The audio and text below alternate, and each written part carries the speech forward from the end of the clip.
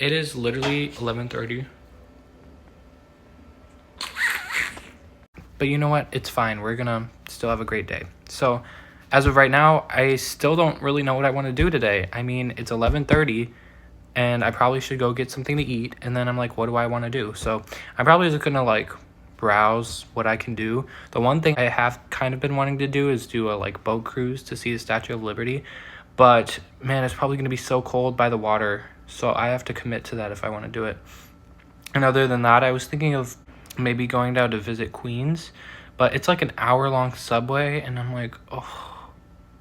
Especially because it's 11:30 right now, I'm like, I don't know if it's worth it today. Maybe tomorrow if I get up early, but I just don't know.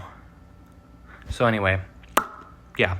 And then obviously Romeo and Juliet at 7, and yeah, that's pretty much all. I'll do a quick fit check. All right, this is the fit for today.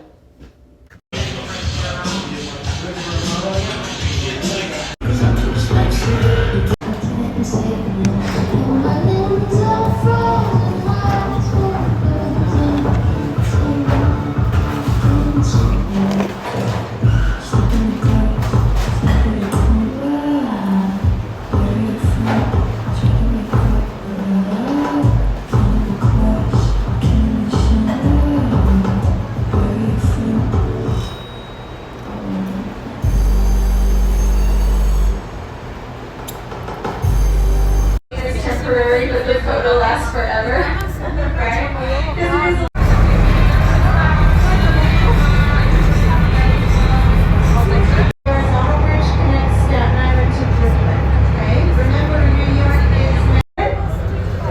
Really pretty, right?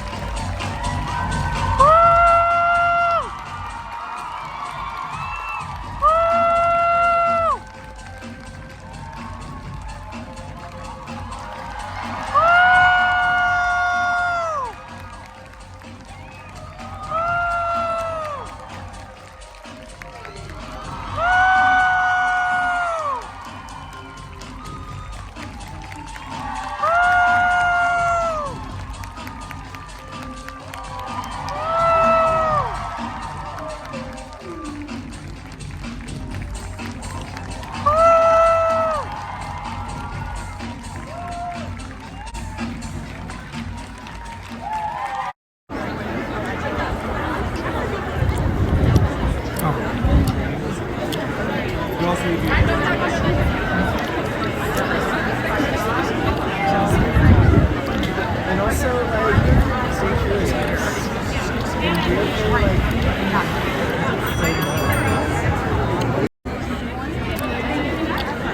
Sorry. it's all good. Thank you so much. It's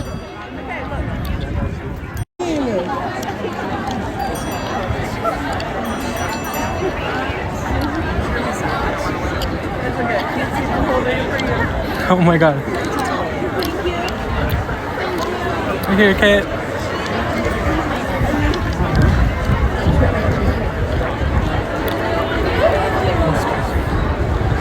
Thank you so much. Thank you.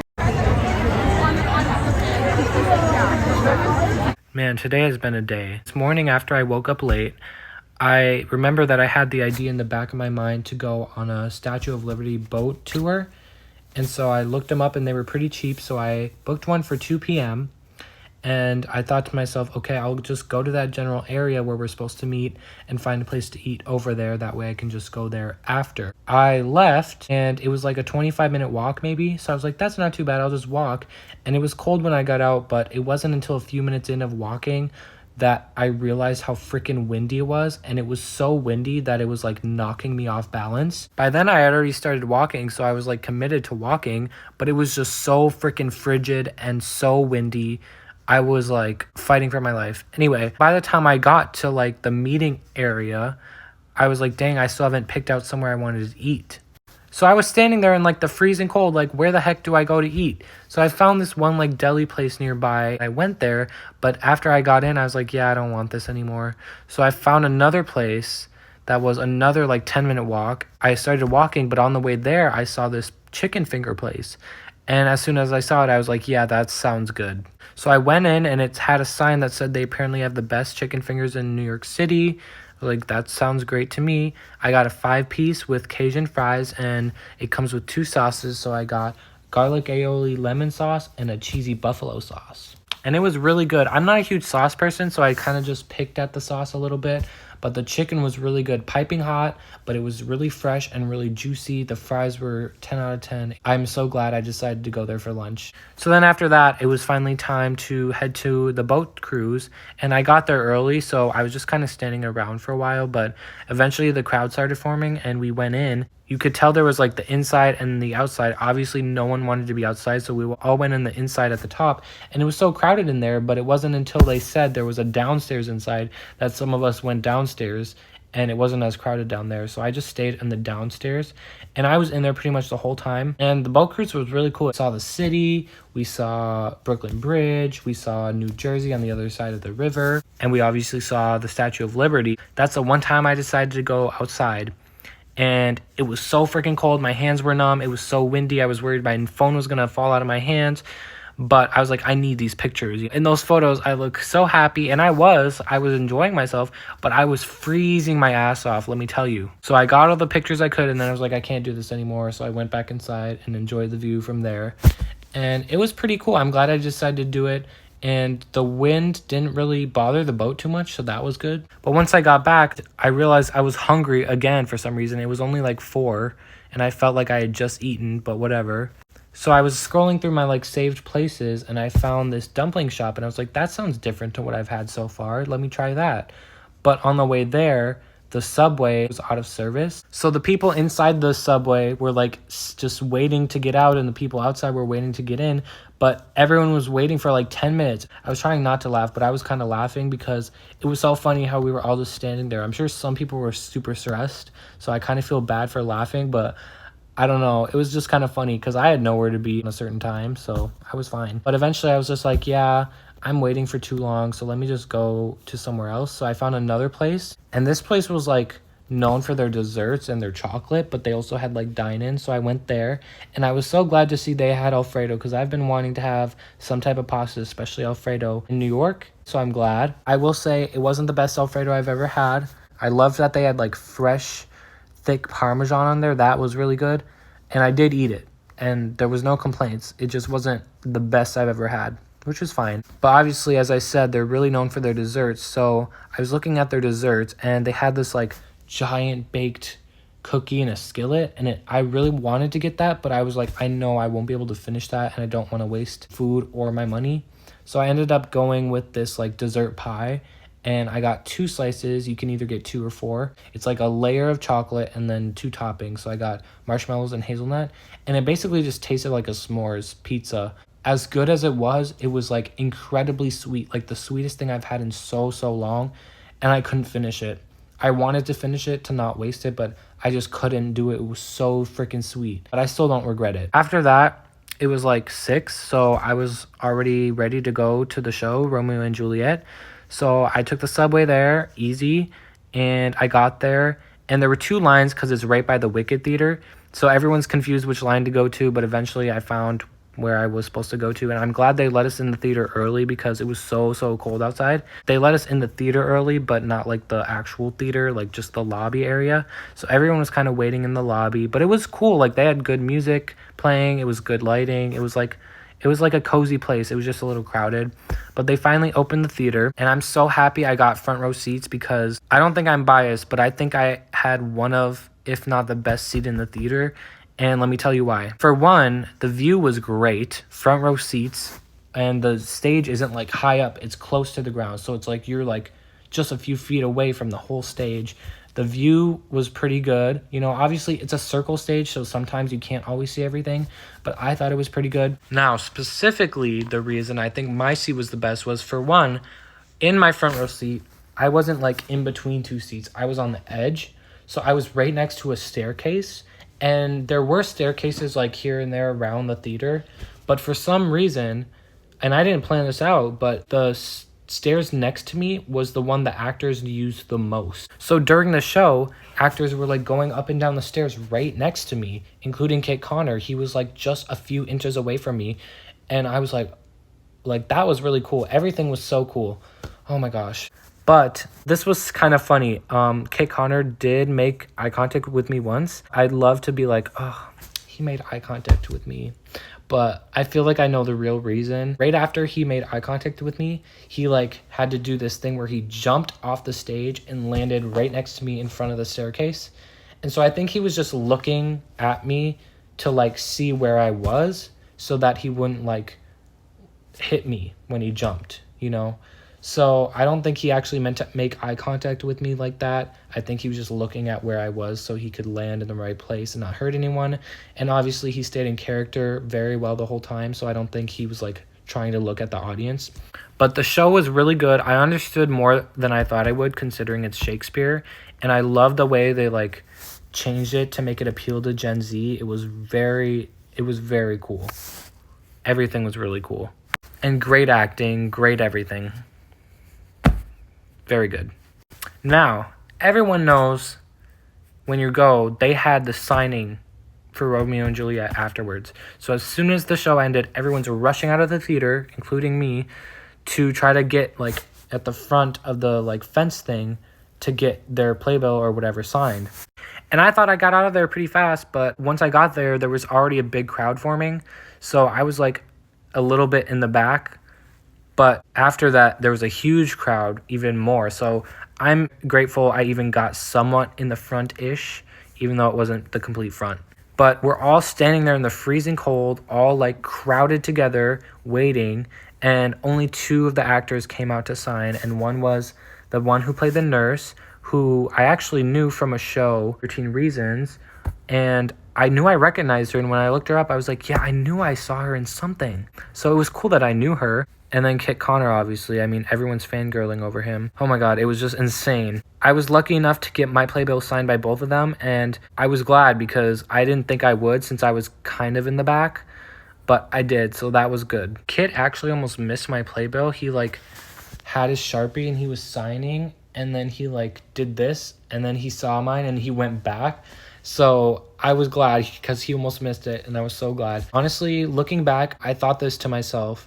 I was like, you know, if I were to choose the seat I have or front row to the autographs, I would have kept what I had because he didn't even like really interact with the people he was signing with. Maybe he'll like say something quick or like look at them quick, but he, from what I saw, just kept his eyes down, signed, and moved on. Whereas me in the front row, I had like the best view, you know, he was right next to me for some of it. He obviously, like I said, made eye contact with me.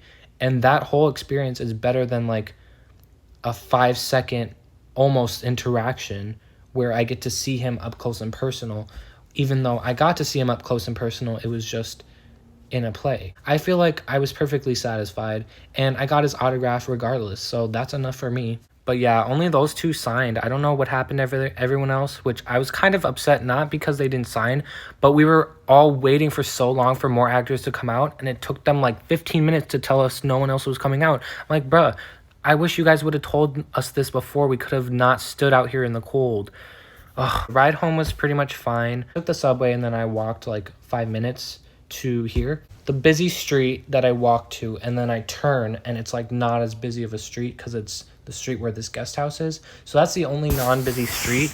And since it was like 10 p.m., it was like dark, and I was just walking, and there's this guy. He's like saying bye to someone, and then he turns and he looks at me, and he's like looking at me while he walks, and then he trips. And I'm like, oh, he didn't fall, but he just like tripped and caught himself while looking at me, right? By then, he was a little bit ahead of me, but I kept walking, and since he tripped, it stalled him back. So he was like right next to me. He started walking because he was walking in the same direction as I was originally. I was closer. We were walking like almost side by side. I don't even know what he said first, but eventually he said something about he's going to the Eagle. I'm not just gonna ignore him because he's walking right next to me, but I'm kind of walking a little faster. And he wasn't like giving me creep vibes or anything, but I'm like, I don't know why he's talking to me. It's dark. There's no one here.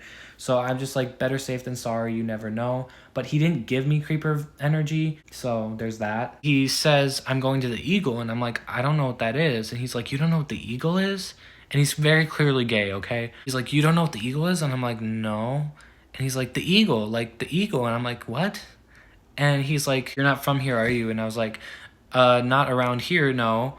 And so he was like, oh, well, the Eagle is like the place where, gay, the bar where like gay people.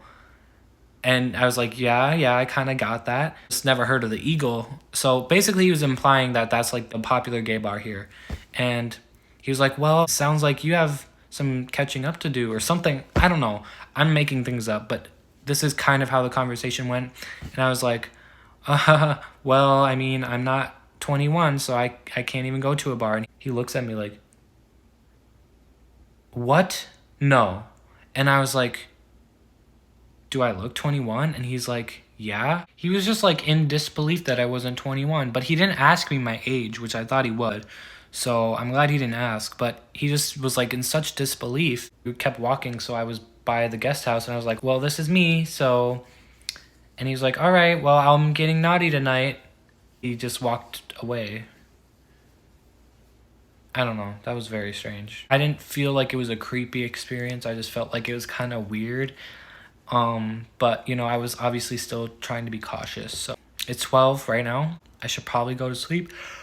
I have no plans for tomorrow except for Wicked in the evening. So we'll see what happens. But yeah.